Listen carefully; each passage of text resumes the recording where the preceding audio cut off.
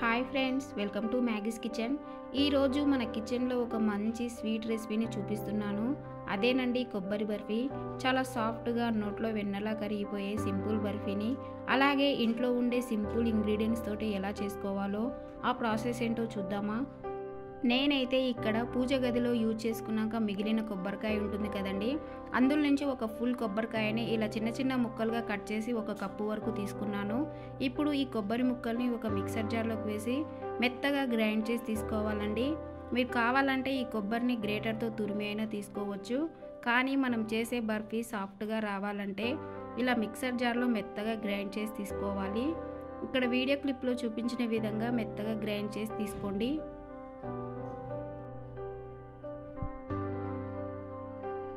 ఇప్పుడు stove on చేసుకొని ఒక ప్యాన్ పెట్టుకొని ప్యాన్లోకి ఒక 2 టేబుల్ స్పూన్ల వరకు నెయ్యిని వేసుకోండి.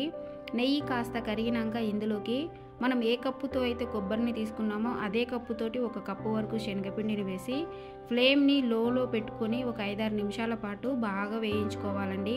మనకి ఈ పిండి వేగేటప్పుడు మంచి స్మెల్ అనేది వస్తుంది. మీరు హై ఫ్లేమ్ మీద అస్సలు వేయించకూడదు, అలా అయితే తొందరగా మాడిపోయి మనకి టేస్ట్ అనేది అస్సలు బాగోదండి.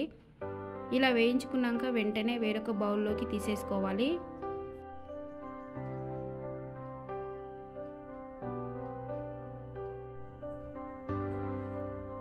ఇప్పుడు ఇదే ప్యాన్లోకి మనము గ్రైండ్ చేసి పెట్టుకున్న కొబ్బరిని వేసి ఒకసారి కలుపుకోండి. ఇలా ఒకసారి కలుపుకున్నాక ఇప్పుడు ఇందులోకే కాచి చల్లార్చిన పాలను ఒక కప్పు వరకు పోసుకోవాలండి. మీరు కావాలంటే పచ్చి పాలను కూడా తీసుకోవచ్చు. ఇదంతా ఒకసారి ఇలా కలుపుకున్నాక ఇప్పుడు ఇందులోకి స్వీట్నెస్ కోసం ఒక కప్పు దాకా చక్కెర కూడా వేసి కలుపుకోవాలి. మీరు స్వీట్ కాస్త ఎక్కువగా ఇష్టపడేవారైతే కప్పున్నర దాకైనా తీసుకోవచ్చండి. ఇప్పుడు ఈ చక్కెర మొత్తం కరిగేంత వరకు బాగా కలుపుకోవాలి. చూడండి, మనకు 1 నిమిషం తర్వాత చక్కెర మొత్తం పూర్తిగా కరిగిపోయి కన్సిస్టెన్సీ అనేది ఇలా లూజ్గా అయ్యింది కదా. ఇప్పుడు ఇదంతా కాస్త దగ్గర పడేంత వరకు కలుపుకోవాలండి. ఇలా దగ్గర పడినాక ఇప్పుడు ఇందులోకి మనం వేయించి పెట్టుకున్న శనగపిండిని ఒకటేసారి కాకుండా ఇలా కొద్ది కొద్దిగా యాడ్ చేసుకుంటూ కంటిన్యూస్గా కలుపుతూనే ఉండాలండి. ఒకటేసారి వేసి కలుపుకుంటే మనకి కొంచెం ముద్దలు ముద్దలుగా ఉంటుంది, అందుకోసమే కొంచెం గ్యాప్ ఇచ్చి వేసుకుంటూ కలుపుకోవాలి.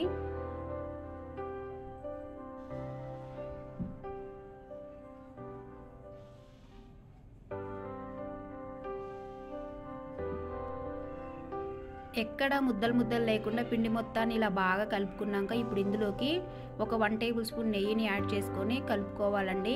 నెయ్యి మనకి ఇక్కడ కాస్త ఎక్కువగానే పడుతుంది. ఇలా మధ్య మధ్యలో యాడ్ చేసుకుంటూ కన్సిస్టెన్సీ అనేది ప్యాన్ నుంచి సపరేట్ అయ్యేంత వరకు కలుపుకోవాలండి. మీరు ఇక్కడ నెయ్యి ఫ్లేవర్ ఇష్టపడని వాళ్ళు నెయ్యి ప్లేస్లో ఆయిల్ కానీ డాల్డా కానీ వేసుకోవచ్చు, కానీ మనం చేసే స్వీట్ రెసిపీ టేస్టీగా ఉండాలంటే నెయ్యి యాడ్ చేస్తేనే బాగుంటుందండి. నాకైతే ఇక్కడ సుమారు ఒక అరకప్పు దాకా నెయ్యి పట్టిందండి. ఇలా మధ్య మధ్యలో యాడ్ చేసుకుంటూ కలుపుకోవాలి. ఇప్పుడు ఇందులోనే మంచి ఫ్లేవర్ కోసం ఒక 1/2 టీ స్పూన్ అంతా యాలకుల పొడి కూడా వేసి కలుపుకోవాలండి. నేను ఇక్కడ ఫ్లేవర్ కోసమే యాడ్ చేస్తున్నాను. మీకు ఒకవేళ కొబ్బరి ఫ్లేవర్ తెలవాలంటే యాలకుల పొడి వేయాల్సిన పని లేదు. ఇప్పుడు మనకి ఈ కన్సిస్టెన్సీ అనేది పర్ఫెక్ట్గా వచ్చిందో లేదో తెలవాలంటే ఇందులో నుంచి కొద్దిగా తీసుకొని చెక్ చేసుకోవాలి. చూడండి, మనకి ఇలా బాల్ షేప్ వచ్చిందంటే పర్ఫెక్ట్గా రెడీ అయిందని అర్థం. అలాగే లాస్ట్లో కూడా మరొక 1 టేబుల్ స్పూన్ నెయ్యి వేసి కలుపుకోవాలండి. ఇలా లాస్ట్లో కూడా ఒక 1 టేబుల్ స్పూన్ నెయ్యి వేయడం వల్ల మనకి నెయ్యి ఫ్లేవర్ అనేది బాగా తెలుస్తుంది. చూడండి, ఇలా మొత్తం కలుపుకున్నాక ఇప్పుడు వెంటనే స్టవ్ ఆఫ్ చేసేసుకొని ఇక్కడ ముందుగానే నెయ్యి రాసి పెట్టుకున్న ఒక ప్లేట్లోకి వేసేసుకోవాలండి. మీరు కావాలంటే ఏదైనా కేక్ మౌల్డ్ కానీ ఏదైనా ట్రేలో కూడా వేసుకోవచ్చు. ఇప్పుడు ఇదంతా మొత్తం ఈవెన్గా స్ప్రెడ్ చేసుకోవాలి. ఇలా స్పాచులర్తో కానీ లేదంటే ఏదైనా ఒక చిన్న గిన్నెతో కానీ ఈవెన్గా స్ప్రెడ్ చేసుకున్నాక ఇలా పైనుంచి మీకు నచ్చిన డ్రై ఫ్రూట్స్ని వేసుకోండి. నేను ఇక్కడ జీడిపప్పు కిస్మిస్లను తీసుకుంటున్నాను. ఇలా పైనుంచి డ్రై ఫ్రూట్స్ని తీసుకోవడం వల్ల మనకి చాలా డెలిషియస్గా అలాగే చిన్నపిల్లలు కూడా చాలా ఇష్టంగా తింటారండి. చూడండి, ఇలా డ్రై ఫ్రూట్స్ మొత్తం యాడ్ చేసుకున్నాక ఒక అరగంట లేదా గంట సేపు పూర్తిగా చల్లారనివ్వాలండి. నేను ఇక్కడ ఒక 40 మినిట్స్ తర్వాత చూపిస్తున్నాను చూడండి. ఇప్పుడు ఒక నైఫ్ని తీసుకొని మీకు నచ్చిన షేప్లో కట్ చేసుకోండి. నేనైతే ఇక్కడ స్క్వేర్ షేప్లో కట్ చేసుకుంటున్నాను. అలాగే మనకు ఇంట్లో మిగిలిపోయిన కొబ్బరితోటి కొబ్బరి లడ్డూని అలాగే కొబ్బరి జున్నుని ఈజీగా ఎలా చేసుకోవాలో నేను ఆల్రెడీ మన ఛానల్లో వీడియోస్ని పోస్ట్ చేశానండి. మరి నేను చెప్పిన టిప్స్ని కొలతల్ని ఫాలో అయ్యి చేశారంటే మీరు కూడా ఈజీగా ఇంట్లోనే చేసేయొచ్చండి.